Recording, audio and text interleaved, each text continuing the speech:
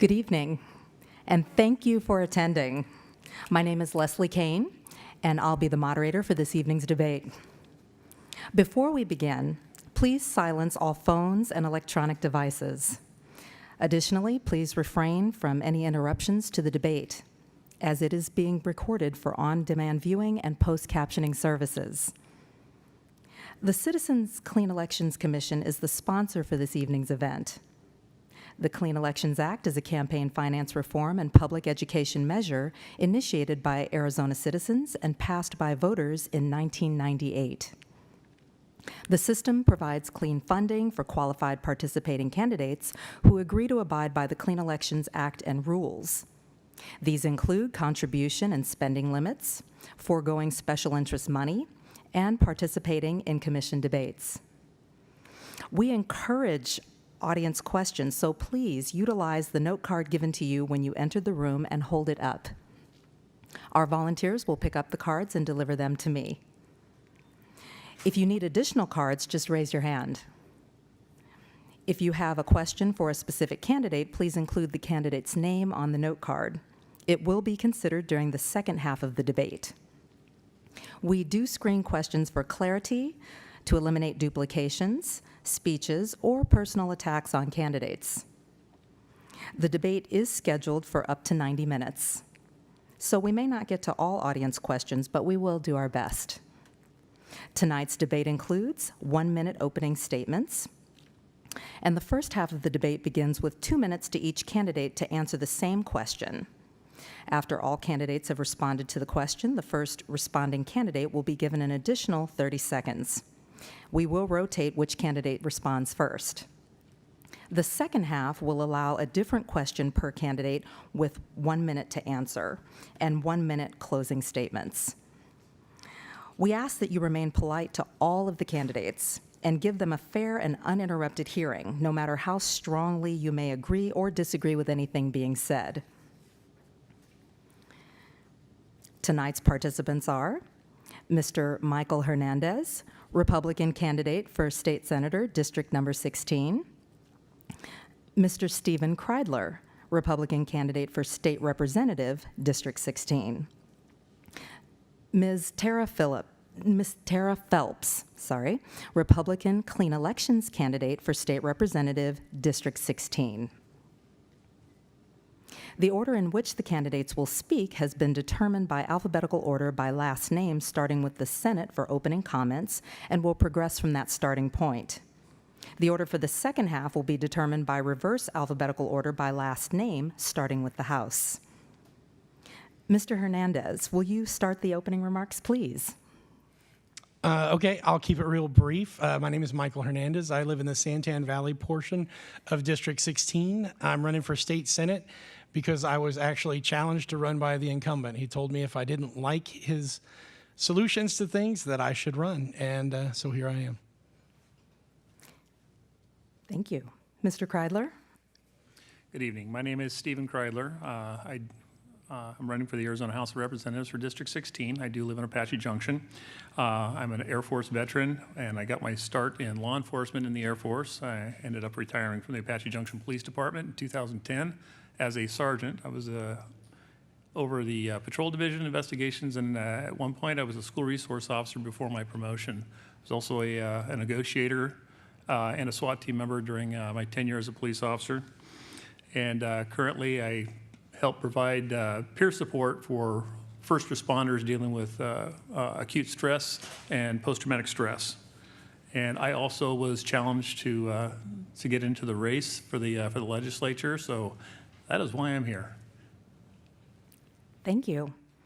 Ms. Phelps? Hi, I'm Tara Phelps, and I want to thank Clean Elections for hosting the debate. I am a participating candidate, which means I cannot accept contributions from PACs or businesses.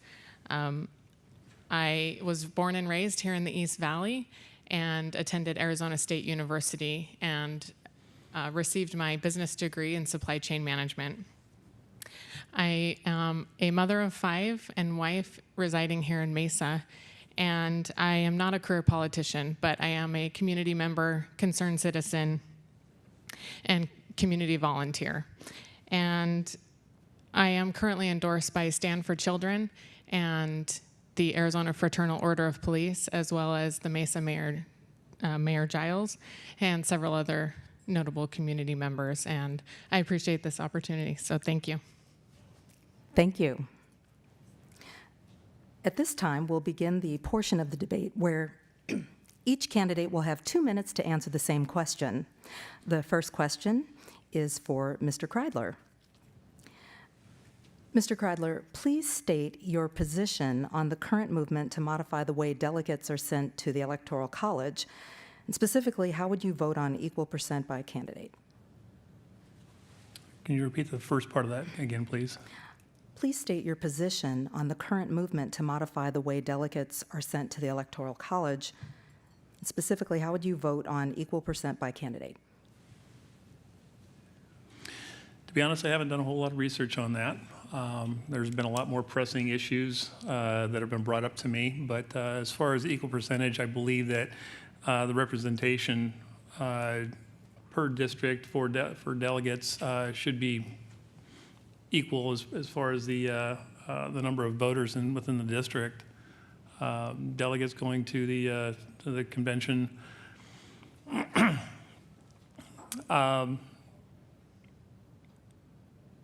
I guess as far as being nominated by committeemen, I believe is probably the best way to go, and then voted upon their peers to go to to represent the delegation.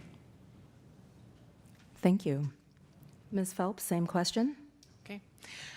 I do believe in supporting our electoral college set up by our founding fathers when our country was originally founded, and in terms of how each state divides up their delegation would be up to the state. And I also am going to reserve the right to look into that answer as well.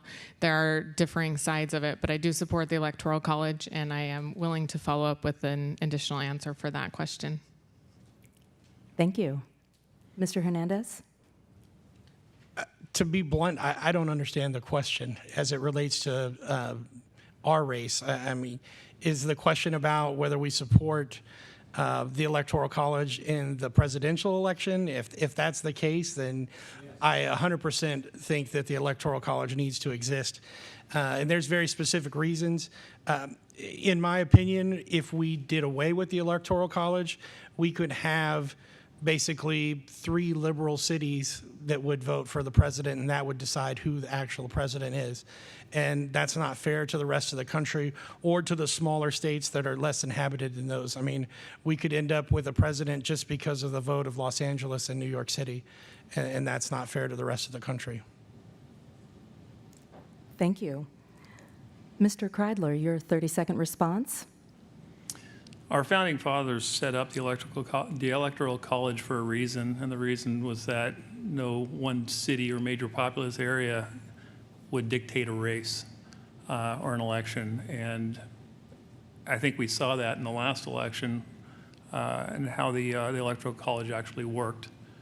And once again, I'm firm on sticking with that. I believe it worked in the past. It will work in the future.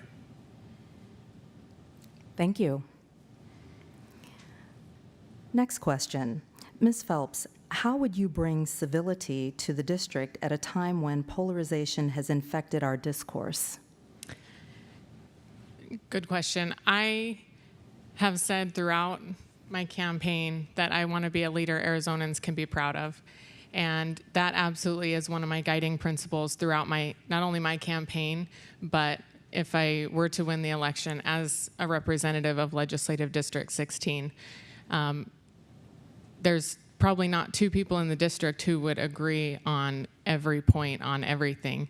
So while we may not disagree on everything, I believe in respect and dialogue with anyone in the district and listening to all voters and constituents, and not only those that agree. And that means being open on Facebook, on social media, as well as an open door policy, email, phone calls, and meetings within the district.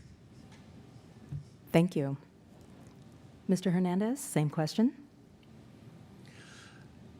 there's two sides to this, and what I mean by two sides, obviously, is there's the rural side, and then there's the conservative side. And in the end, I think that we really all want the same things, especially, when you just take one issue at a time, like education. In education, everyone wants to do the right thing. Everyone wants kids to have a better school. Everyone wants teachers to have more pay. But there's different ways to go about it. And it's okay to have a disagreement about it. In the end, we're just trying to do the right thing for the children and for the teachers. And that's just one example. But in my opinion, we need to be better able to come to a table and sit down and at least take a meeting to hear everyone's side of the story. In my opinion as well, it seems to be more to the other side. We've seen a lot of people that are willing to have those conversations from the conservative side, and that appeared in the gallery during the debate over the education. Everyone in the gallery stood up and turned and put their backs to the Republicans when they voted on that. It was just uncalled for. Thank you. Mr. Kreidler, same question. Polarization. Well, as a police officer, I very, very much accustomed to dealing with people who have opposite views and arguments at great length. It was my job to restore civility. That's one of the things that I look at right now is trying to restore civility, and the reason, or the way to go about that is simply to listen to people, understand where they are coming from, the points of view that they have, respect those points of view, and then work towards a resolution encompassing both sides of a story or both sides of an argument. It's not an easy task by any means, but one has to be able to listen, has to be able to think outside the box, has to be able to make some type of compromises at some point in time in order to come to a mutual resolution. Not everyone will necessarily get everything that they want, but hopefully that the items that are agreed upon are things that can be lived with. One of the things that I've always done in some of the talks that I've had with people in restoring order and resolving arguments is that I ask them for everything, and what are the things that you can actually live without? What are the things that you really, really need to have? And let's work on those and focus on those items. So in that manner, you can negotiate different ways of coming to a resolution on conflict. That would be my position. Thank you. Ms. Phelps, your 30-second response. When I was considering whether to enter this campaign and enter into this race for legislator for District 16, I approached some friends and family and people that are close to me and asked if this was something that I should do. And I got overwhelming support, and the responses that I heard was, Tara, you're perfect for this position. You're logical, you're level-headed, you're open, and listen to the people around you and considering the politics in this district and considering the situation in Arizona, you are someone we need in this district. Thank you. Next question. Mr. Hernandez, given the recent tragedies that befell Parkland, Florida, with one of the most tragic school shootings on record, what is your policy on restricting firearms like the AR-15 from potentially reaching the hands of a possible shooter that could terrorize Arizona schools?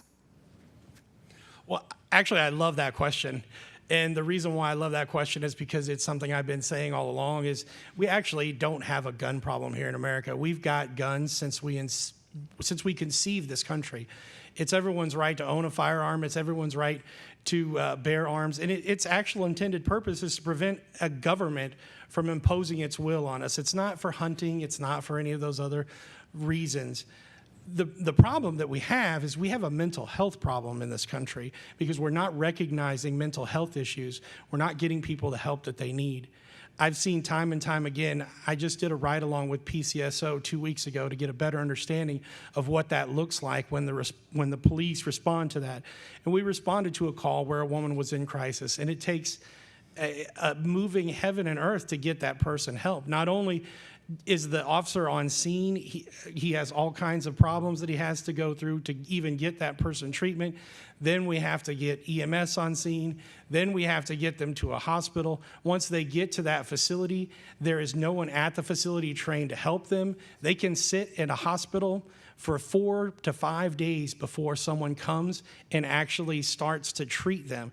A clinical psychologist from the Maricopa County has to come and respond to them to get them help.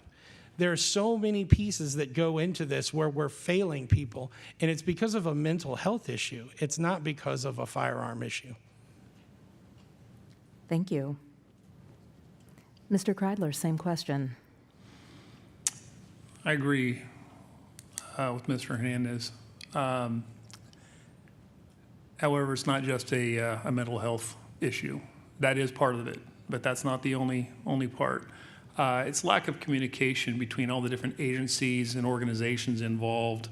We're talking from the FBI down to the local law enforcement agencies, to the courts, to the schools themselves. When I was a police officer, we had guns that were found on campus that the police officer, the school resource officer, didn't even find out about until the next day.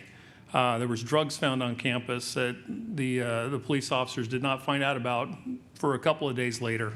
There was issues with, as far as orders of protection issued by the courts that were not presented to either police officers or to the put into the system as far as the NICS system, wherein they're doing the background checks. There are failures across the board, so it's a complete restructuring of the process, and people being held, agencies being held accountable for inputting that data into the system as it were right now. That is not happening. There are people getting out of prison that are not put into the system as prohibited possessors. The only way you would know that is if you check their parolee status. That is a failure in the system. That, of course, is at the federal level, but I mean there are some state failures as well as far as inputting that information into the national system.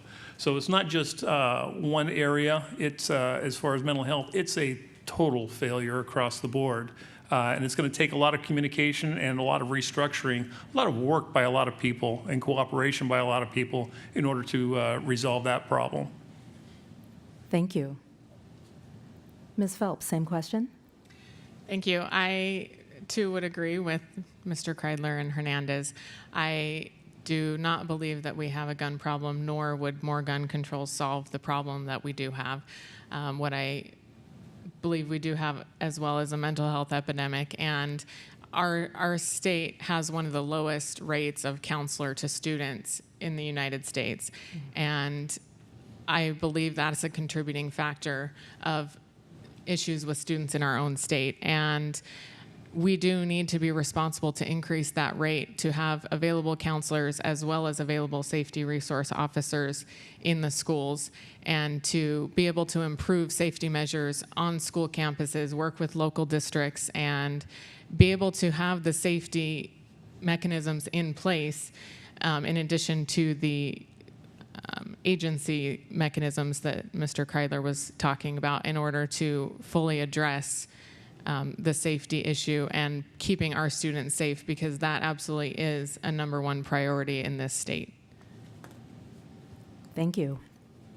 And Mr. Hernandez, your 30-second response?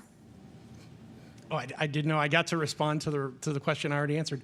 But, you know, I would agree with some of the interagency issues, but, you know, I'm going to stick with what I had to say. And the bottom line, too, for me is it's a different world now than it was when I was a child. I mean, we didn't have social media. We didn't have cyberbullying. We didn't have all these things. And we need to come up with better ways to equip our children to deal with these things. They post a picture on the internet. It's there forever. It doesn't ever go away. When we were kids and we did something stupid, our friend had to tell a story about, remember that time? And, you know, it just ended there. It didn't last forever. Thank you. Next question. Mr. Kreidler, There's a lot of discussion about public education funding. What is your stance on funding, and how do you plan to implement your plans?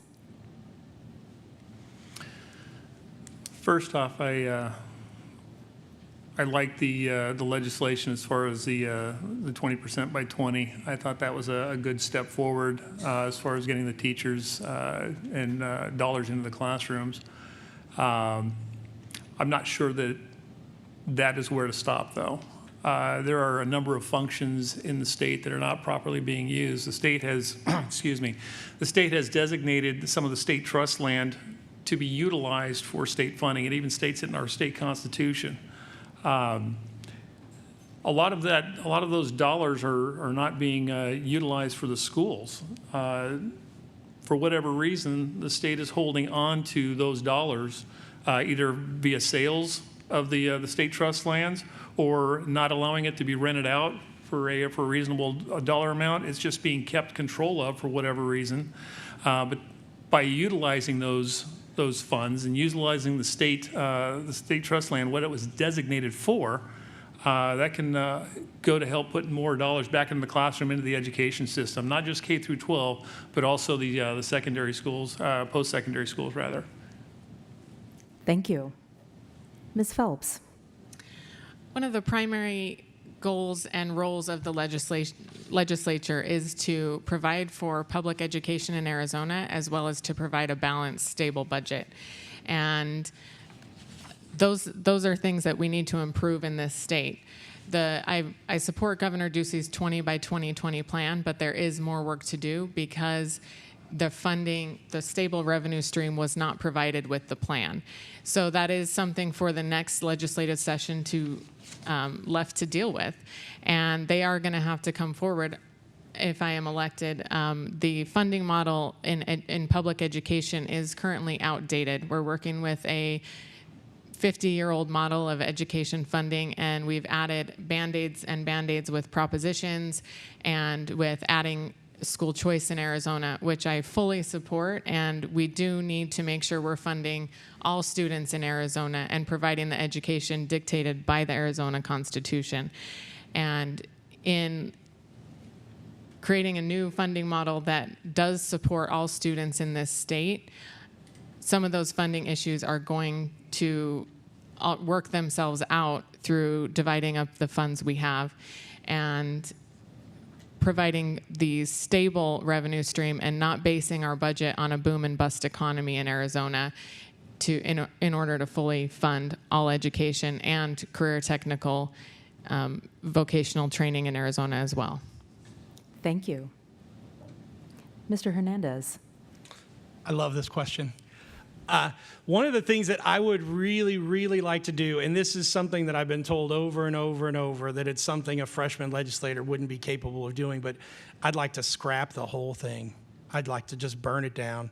The entire way that school funding is done is outdated, it's antiquated, it doesn't make any sense. I spent probably a month trying to understand it to get a better grasp of the difference between charters and public and how they're different. To me, the bottom line is if we could approach the federal government and eliminate having to adhere to federal guidelines, then we could fund charter and public schools on exactly the same playing field. And then, since I'm a free market guy, that's how I would do it. I would fund them exactly the same and see which is the better business model. I mean, we've seen in the past where outsourcing government things has actually made it more efficient. I mean, just the Air Force, for example, back in the 80s, they went from running their own chow hall to having a private industry take it over, and it saved more money. So if we can have private industry do our education for less money and provide a better product, then that makes sense to me. If the public education is a better model and it gives a better product and they're funded exactly the same way, then we go that direction. But until we put them on an exact level playing field, we'll never have the answer to that question. Thank you. Mr. Kreidler, your 30-second response. In preparing for tonight's debate, I've watched a number of the other debates that have taken place so far, and one of the questions was, what would be the first piece of legislation that you would introduce?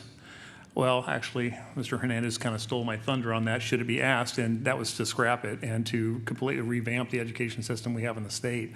I agree with that 100% because it is antiquated. It is not working properly, and it needs to be fixed. By no means is it going to be an easy fix, and it'll take several years to take care of that, but it can be done. Thank you. Next question. Ms. Phelps, how will you work to address water issues? Being a desert state, obviously water issues are paramount in Arizona, and we cannot solve this problem alone in Arizona. We share water rights with the states surrounding us and with Mexico.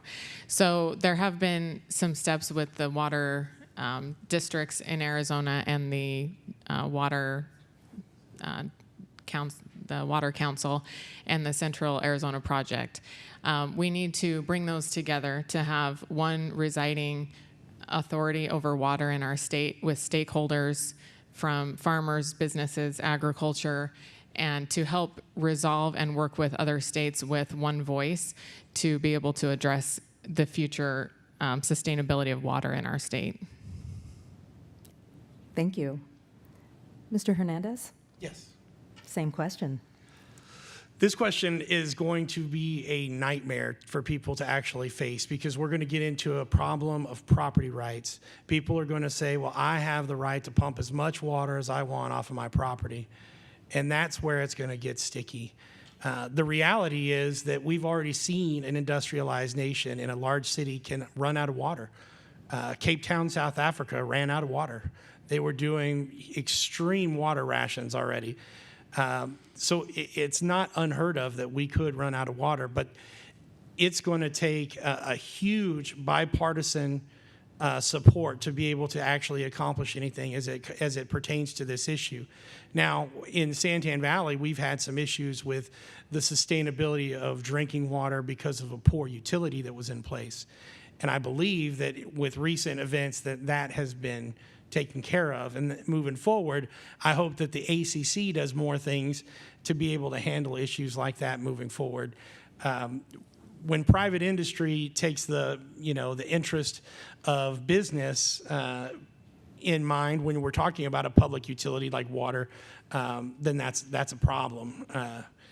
The utility company, I think, siphoned off $65 million in profits in order to fund basically his daughter and son's vacations and whatnot, and it's just ridiculous. So, as it pertains to both, those are my answers. Thank you. Mr. Kreidler. Approximately 25% of Arizona's water comes from the Colorado River, and approximately 44% comes from different groundwater resources throughout the state, with the remaining 31% coming from various waterways. I was doing some reading, and they're estimating by 2020, water levels in reservoirs are going to drop to the point where we're actually going to be reaching crisis level, similar to what California is seeing right now, and at least in Southern California.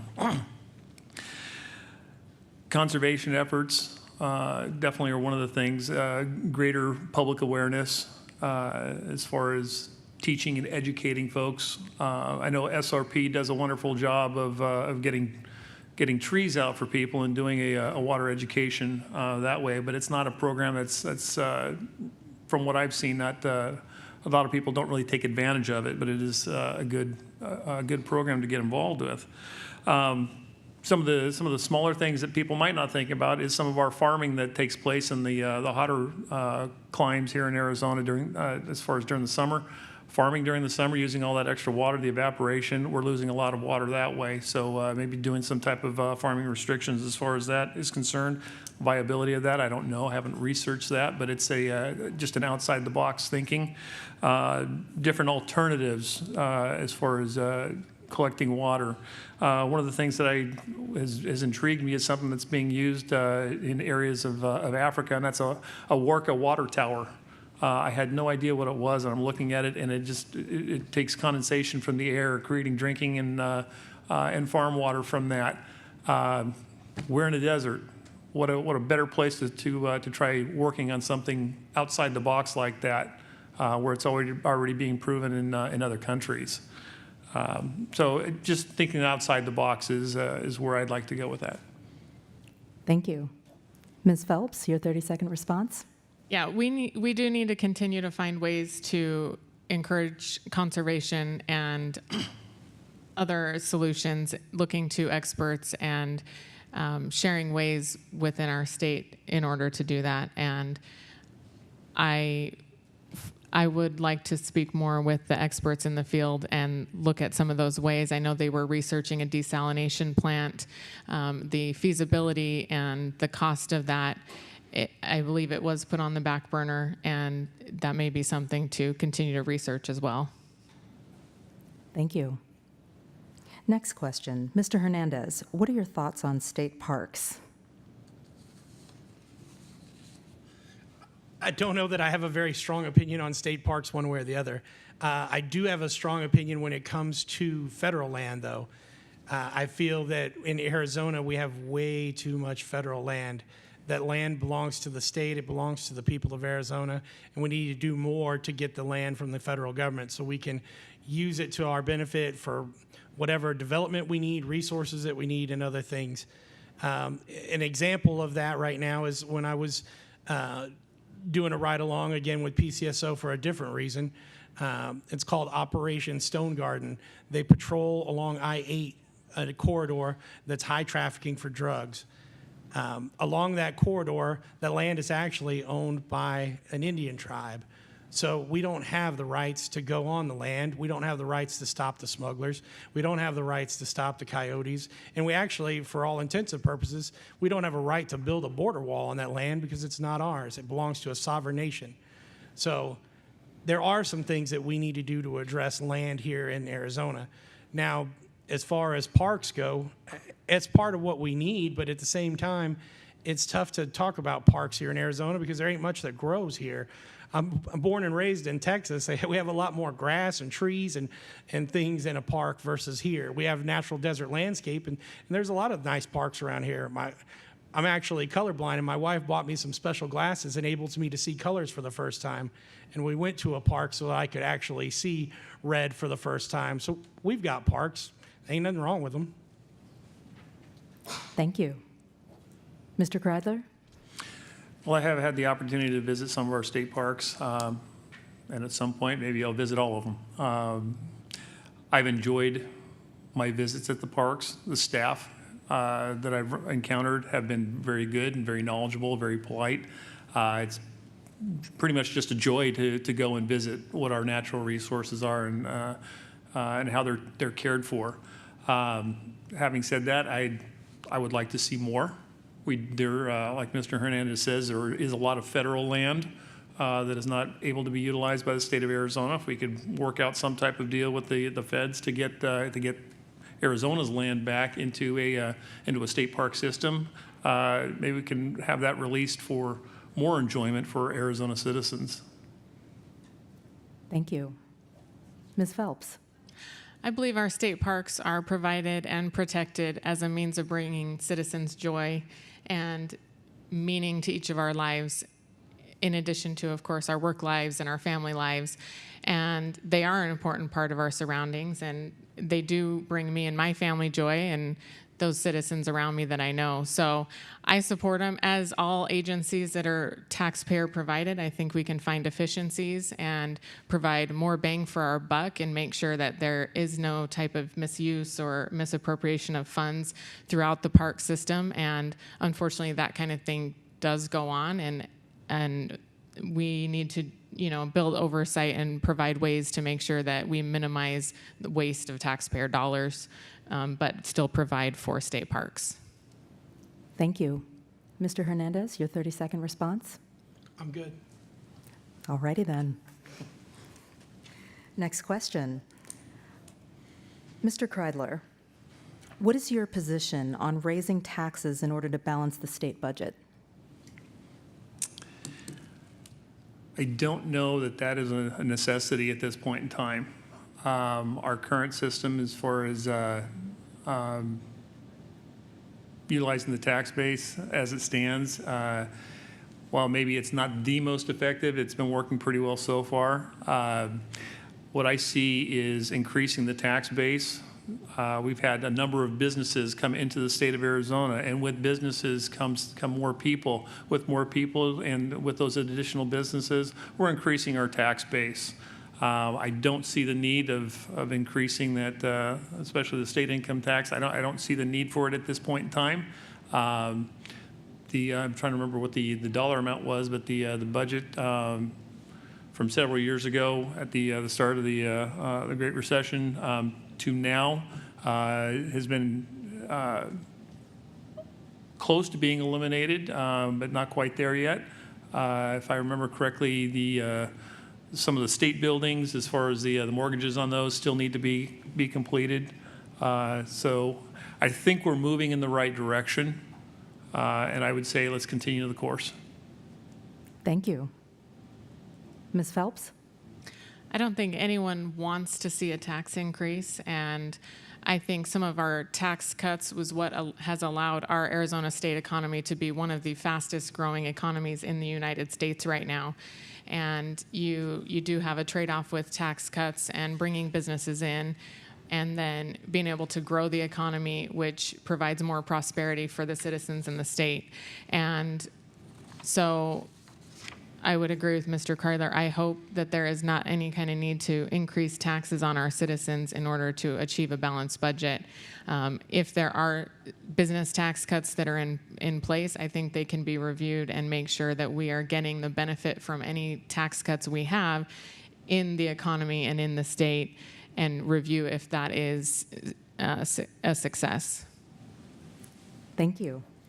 Mr. Hernandez?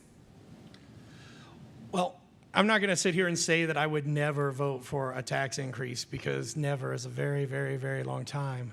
But I will say this. In my opinion, the state needs to take a different approach with the budget. And what I mean by that is, right now it seems like we're deciding all these things that we want to spend money on and not deciding based on how much money we have. And any regular sane person or business sits down and says, how much money do I have and how much money do I have coming in? And then you prioritize where you're going to spend that money. We're not using that approach. We're basically saying we need all this money here, here, and here, and how are we going to get money to pay for it? It's kind of backwards. So as long as we continue to spend money that we haven't even made yet in taxes, we're going to run these kinds of deficits and problems where we're trying to figure out money and figure out where it's going to come from. There's lots of things that we can do besides raising taxes. And one of the things I just spoke to with the federal land is one of those issues. If we can get some of that federal land and actually acquire it from the state can sell the land, or the state can lease the land to developers to create more revenue for the state. So there's a lot of solutions out there without actually having to raise taxes. Thank you. Mr. Kreidler, your 30-second response? To kind of piggyback on what Mr. Hernandez said as far as the federal land coming back to the state, right now any dollars going as far as taxation or anything like that on federal land is going to Washington, D.C. So if we had the land given back to us, those dollars would in turn come back to the state of Arizona. Currently, right now, Arizona is in the bottom half as far as taxation, bottom half of the United States, and I think we want to stay there because it brings in all these different businesses. If we include the federal funds coming in instead of going to D.C. and coming to Arizona, I think we'll be in good position. Thank you. Next question. What is your position, Ms. Phelps will answer first. What is your position on whether the legislature should act regarding the Red for Ed initiative, specifically the proposal that would permit teachers to teach their own moral values to students even if parents disapprove? I'm going to ask you to repeat that long question one more time. Not a problem. What is your position on whether the legislature should act regarding the Red for Ed initiative, specifically the proposal that would permit teachers to teach their own moral values to students even if parents disapprove? I'm not familiar with that exact legislation. with respect to Red for Ed, and since I haven't read the legislation, I don't know what moral values we're talking about in that specific question. But in general, the legislature and the Department of Education work together to create the Arizona College and Career Readiness Standards, and those are the standards that are taught. And those are the standards that are required in Arizona. Each district and charter school teaches to those standards. And as far as anything straying outside of that list of standards is individual by district, and the individual communities decide how those standards are taught to each of their students. Thank you. Mr. Hernandez?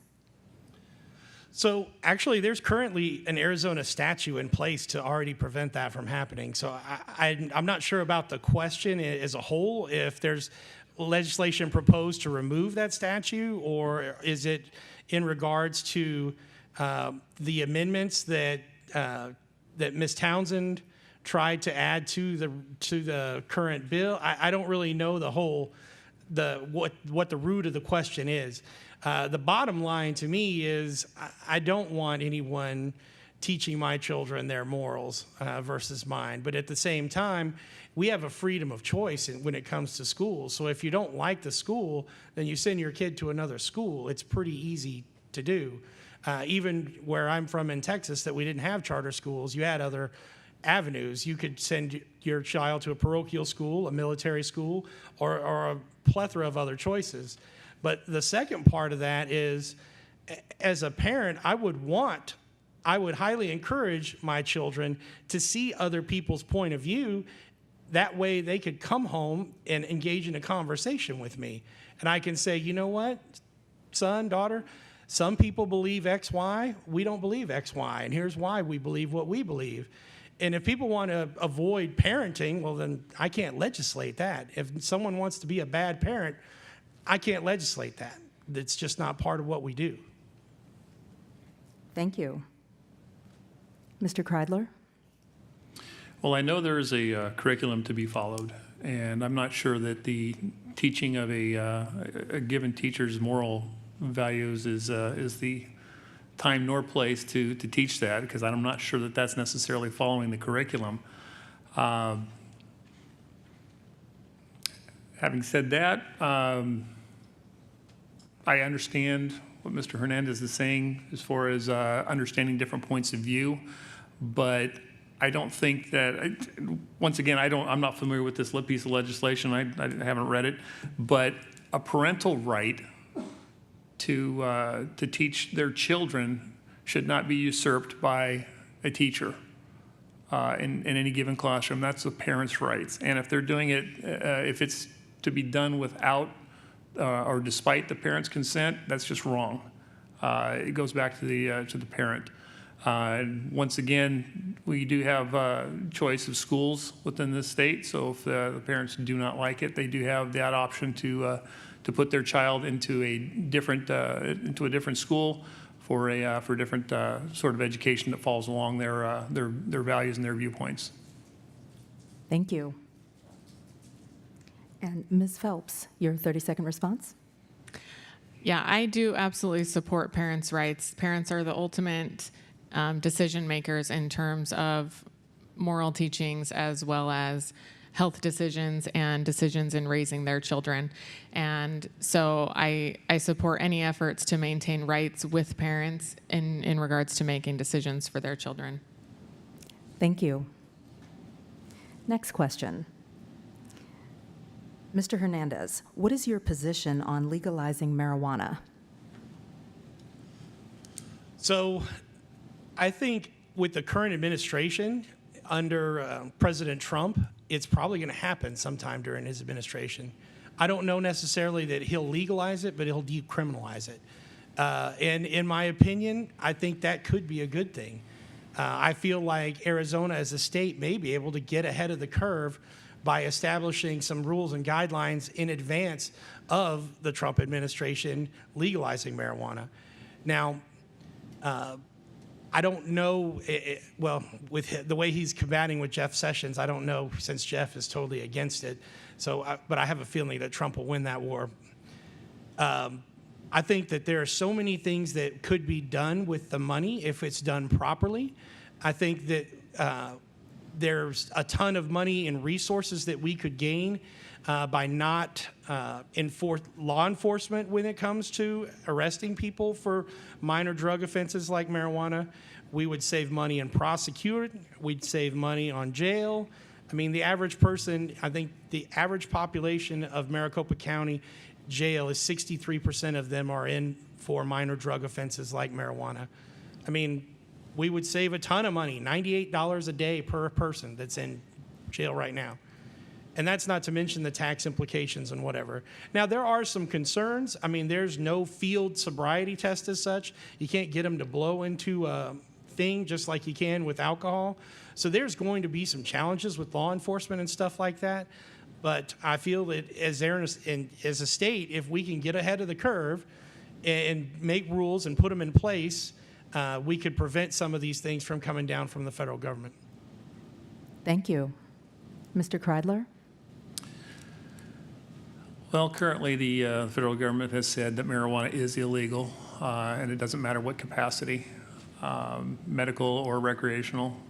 So until that does change, I'm against the legalization within the state, even though the states do have certain allowances written into the Constitution. While I agree that it could be a good source of tax revenue, it still is not legal at the federal level. Therefore, it should not be legal at the state level. There actually is testing that can be done as far as driving under the influence of marijuana. It's the couple of different forms from drug recognition experts for law enforcement based on the nystagmus in one's eye. It's not that hard to just take specialized training. So I'm against it. Let's put it that way. Thank you. Ms. Phelps? Yeah, when you look at some of the states who already have legalized recreational marijuana, the benefits have not seemed to outweigh the disadvantages that have then happened in those states. And some of that does have to do with the federal statute of it being still a crime throughout the country, and some of the problems that come from legalizing something in a state where it is already illegal in the entire United States. And so for that reason, the benefits not outweighing some of the problems with it, at this point, I would not support recreational marijuana. Thank you. Mr. Hernandez, your 30-second response? I'd actually like my 30-second response this time. To go along with some of the things, I agree, while marijuana is still illegal federally, I met a gentleman at the Gold Canyon meeting the other day who actually uses CBD oil for his arthritis and some other issues, which is federally illegal. And actually, the Arizona Supreme Court just recently ruled that it's illegal here in Arizona, even though there is legal marijuana, because CBD oil is not covered under the current legislation.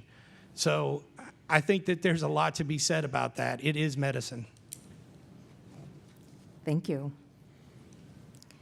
Next question. Mr. Kreidler. Question is, have you taken money from the NRA, and if so, why? I have not taken any money from the NRA. I haven't even been contacted by the NRA. Thank you. Ms. Phelps? As a clean elections candidate, I cannot accept money from PACs, political action committees, or businesses. So no, I have not received any money from the NRA. Thank you. Mr. Hernandez? I have not received money from the NRA. I have not been contacted by the NRA. And the only PAC that I've received money from is the Arizona Firefighters Association. Thank you. Mr. Kreidler? I'm not sure what else I can say in 30 seconds. All right. So let's move on, I guess. Next question. Ms. Phelps, birth rates currently are at a 30-year low.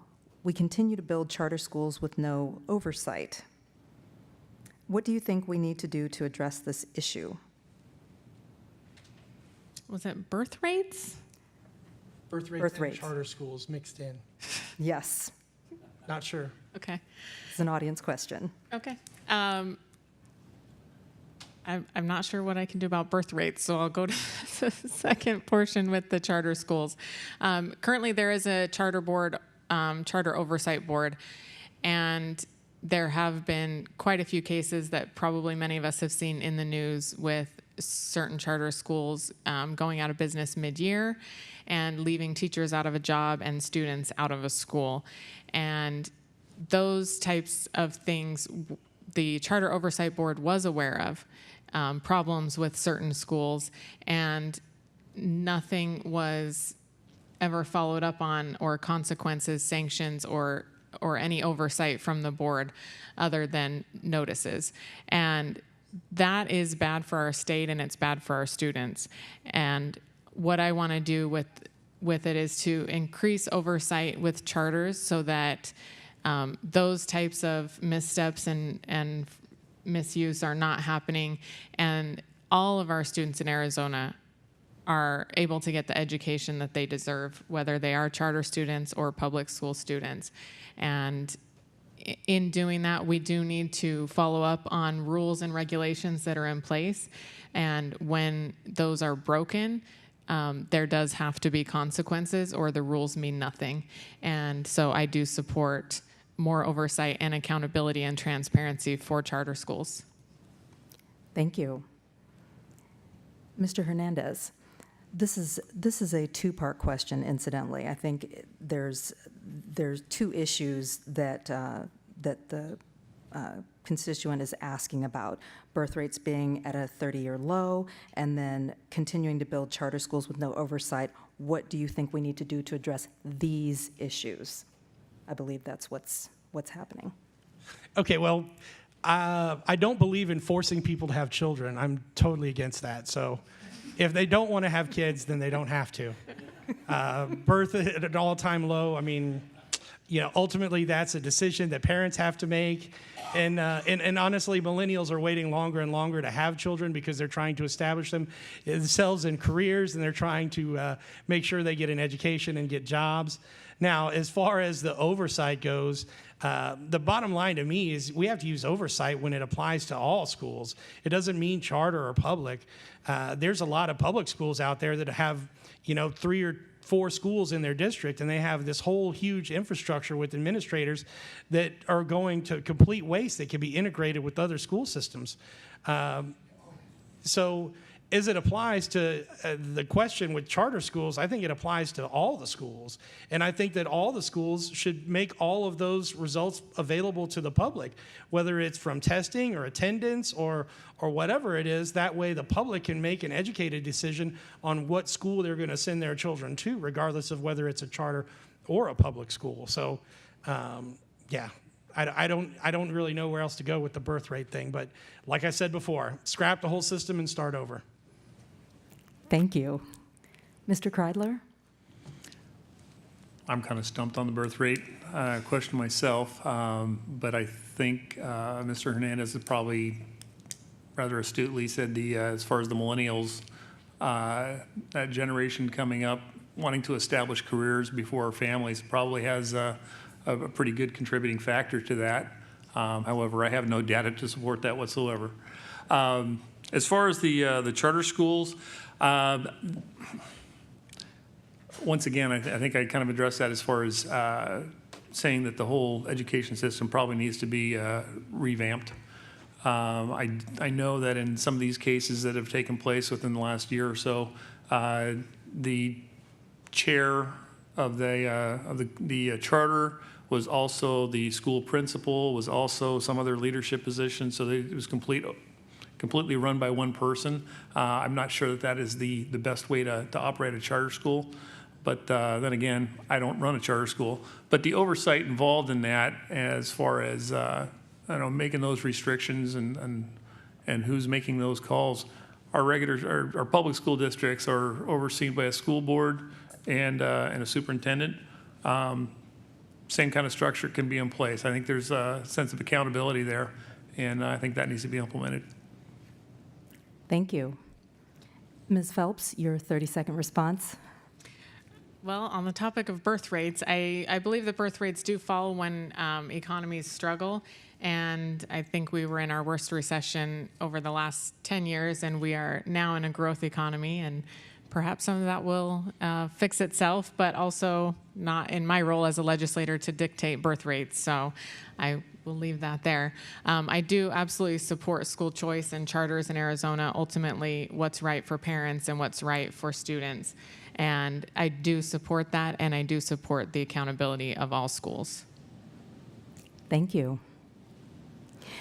At this time, we will transition to the second part of the debate where each candidate will receive a separate question with 1 minute to respond.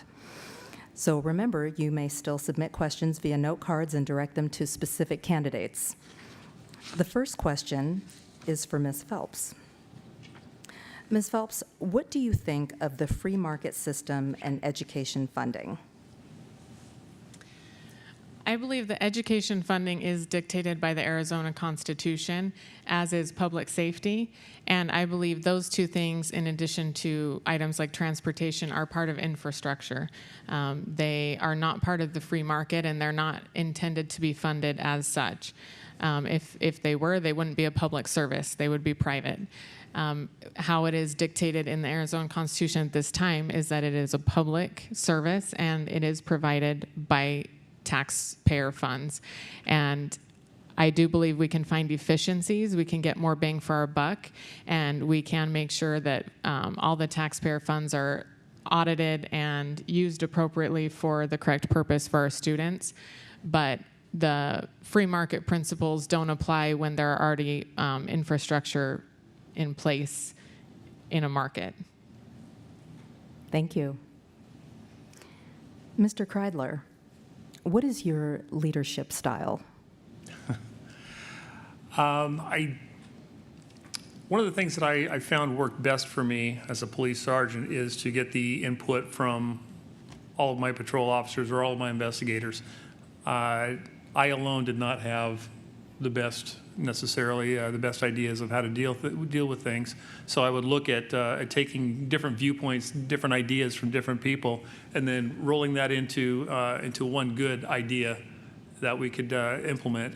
And then that was my job as the leader, was to make that implementation from all these different ideas. So I wouldn't say necessarily by committee, but pretty close to it. Thank you. Mr. Hernandez, on your website, you mentioned tolerating the LGBTQ community. What is your position on this topic?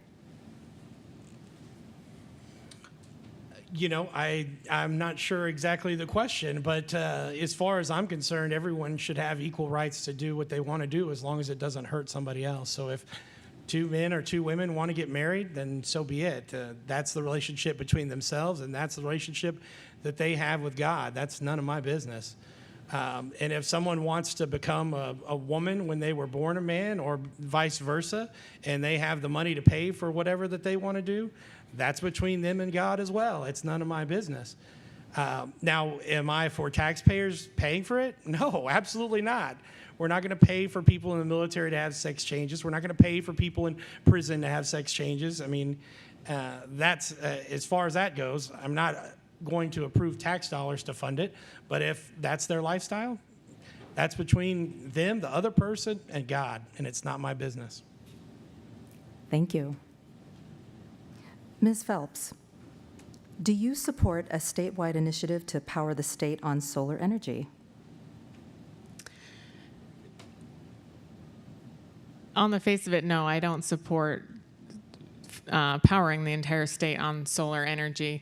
There are some remaining issues with that, although it is an idealistic notion.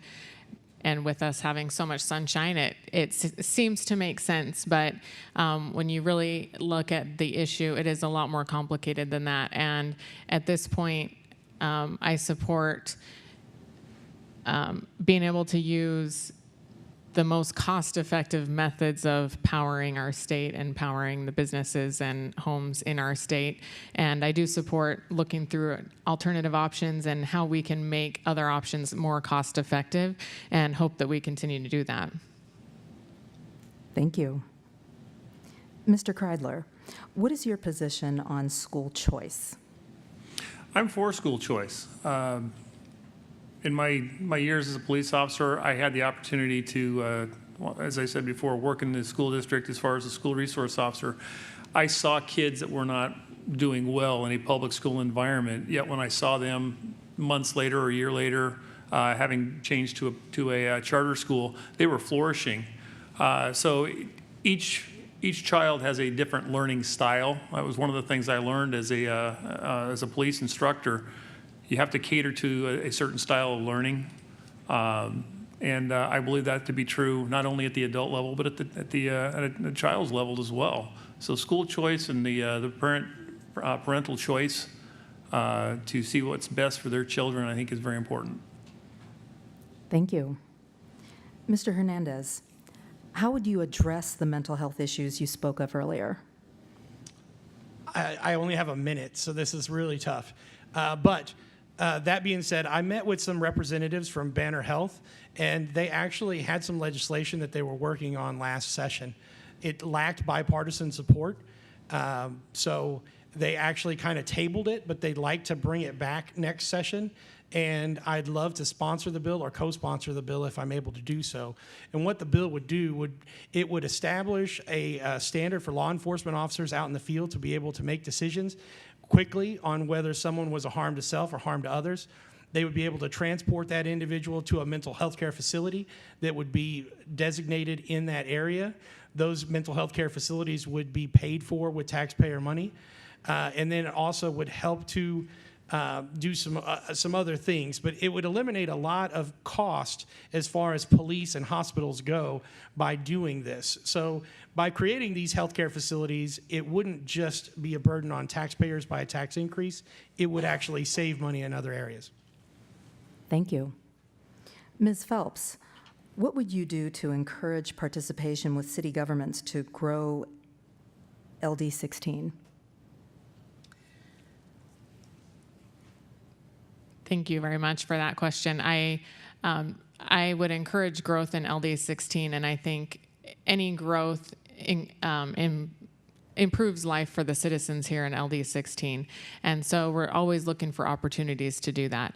And at the state level, at legislation level, we have the opportunities for tax reform and education, and property values go up when education is strong.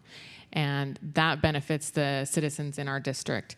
And I absolutely want to work with the local city councils and city governments as well as some of the unincorporated areas of Santan to make sure that they have an equal opportunity for business growth and not just always residential growth in their areas. And I definitely want to help in all the different areas for the constituents for what they need. Thank you. Mr. Kreidler, from your perspective, what is the biggest issue facing the state of Arizona, and how do you propose to address it? As I was collecting signatures, the number one item, of course, was education and how the system has been faltering over the last number of years. As far as ways to fix it, well, as far as financing, I already addressed that. As far as looking at state trust lands, as far as the rental of that property to help fund it, but restructuring as far as oversight over the across the board, holding school district or school boards accountable for their actions and the actions that they take and pass along to the respective teachers and in their districts. As well as the superintendents. Those are some of the things that I've seen that need to be done and need to be addressed. Does it need to be at a state level? Needs to be the end all be all? Probably not, but it needs to be legislated from there. Thank you. Mr. Hernandez, what are your views on the current status of immigration? Well, the current status of immigration is a mess. It's completely broken. First of all, before we even address anything, we have to secure the border. If we try and just do anything, any kind of immigration reform policy-wise, it has no teeth at all because we don't know how many people are going across the border.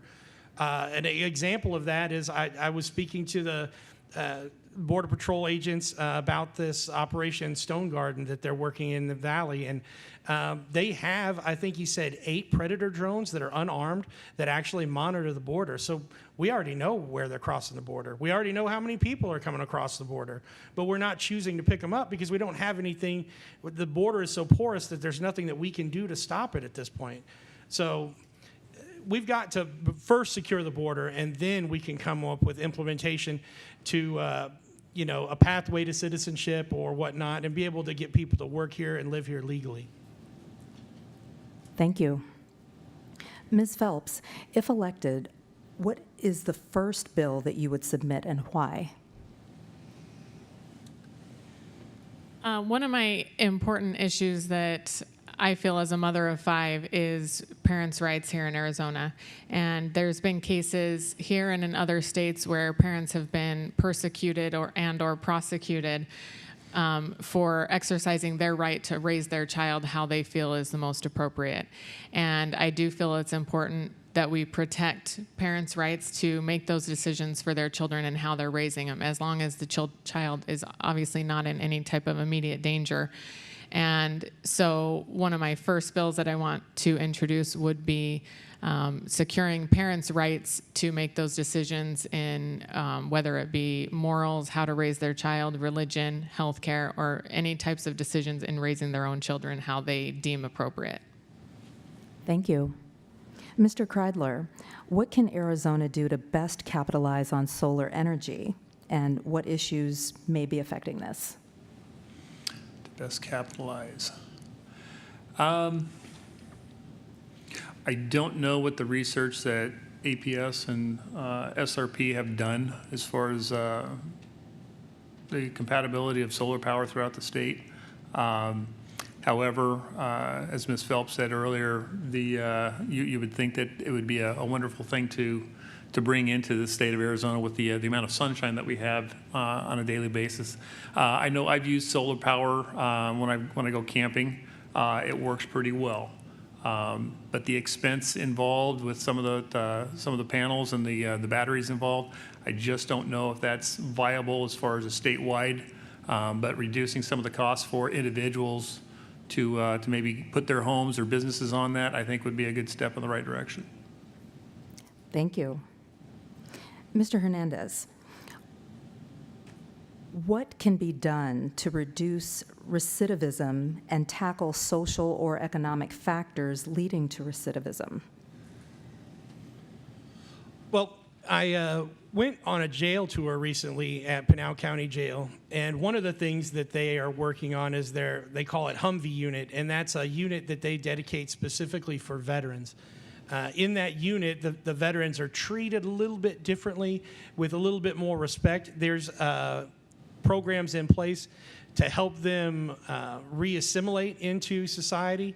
And that's just a piece of it. And one of the other things, too, that was amazed at was Matt Hedrick, the head of the jail. He was so animated. He was like a cartoon character. He was so happy. And, he basically had this whole philosophy of teaching them to love each other and teaching them to love again, because a lot of the people that were in jail had a problem expressing love. And it seems so off, but when you hear it and you see it in place, it was a pretty amazing thing to see.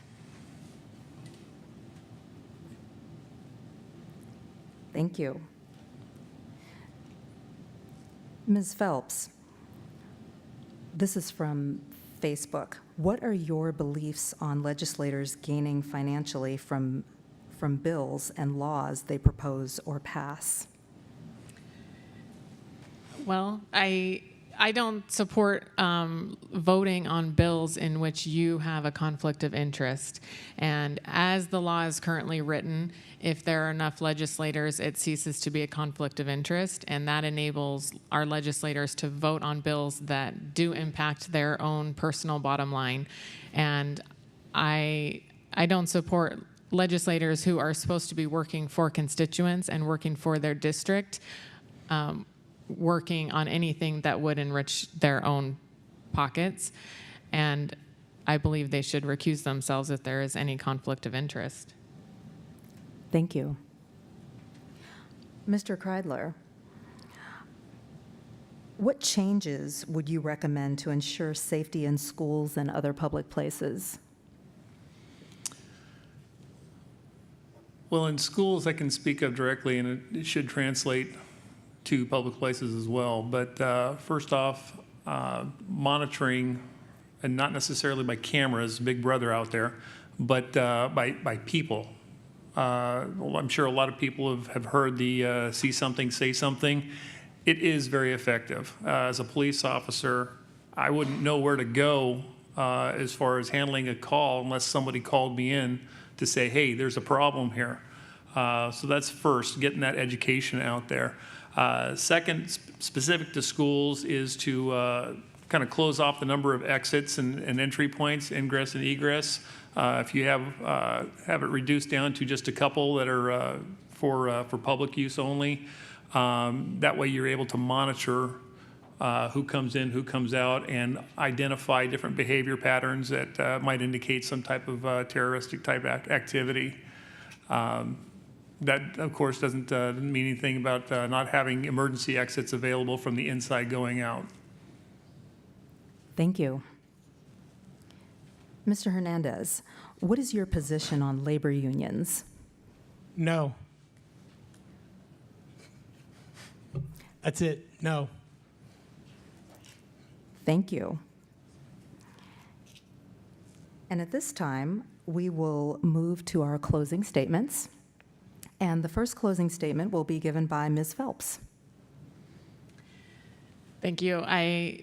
As I said, I appreciate the Clean Elections hosting this debate and commend Mr. Kreidler and Mr. Hernandez for coming and participating in this debate with me. I'm a Clean Elections participating candidate, and I am required to be here as part of the rules of the campaign finance reform. Mr. Kreidler and Mr. Hernandez were not required, so thank you for being here, both of you, and I appreciate this dialogue that we've had with voters and with constituents asking questions. And I am available on Facebook, email, phone calls, and open door policy with any voter with any questions in my district or out of it for anything else that didn't covered or you want more answers. I would love to have that opportunity to listen to voters, to find out what are their priorities and continue dialoguing on some of the issues that are important to our state. And I appreciate you being here. Thank you.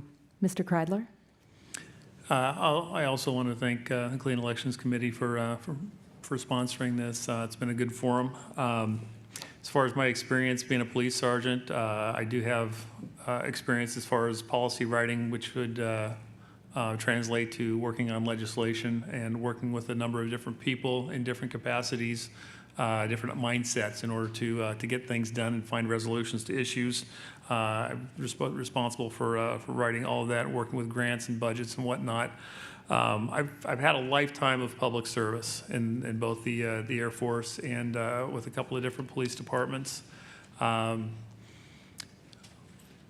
mantra has been, "How may I serve you?"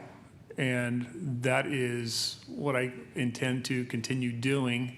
I've served the public for all these years, and I'm hoping that I can continue to do so and serve my community in a greater capacity over the next couple of years at least. Thank you. Thank you. And Mr. Hernandez? Well, I'm not a politician. I think that's the big win for me. I've never run for office before.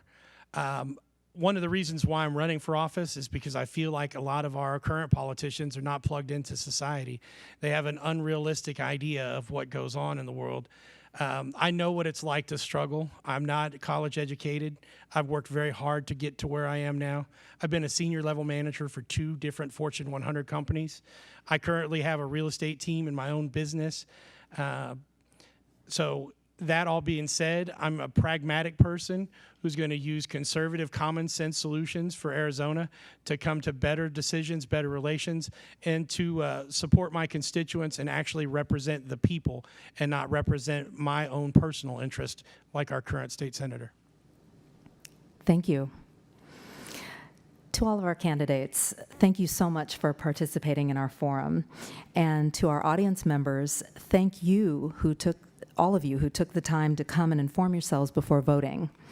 We encourage you to visit www.azcleanelections.gov/voter dashboard for a customized experience to find information on the primary election, the candidates, the issues, and to view this debate on demand. Please fill out the debate evaluation form and return it to one of our volunteers. Your feedback is important to us and to the commission and will help to improve future debates. Thank you all so much for coming tonight, and you're welcome to stay and speak directly to the candidates. And have a great evening.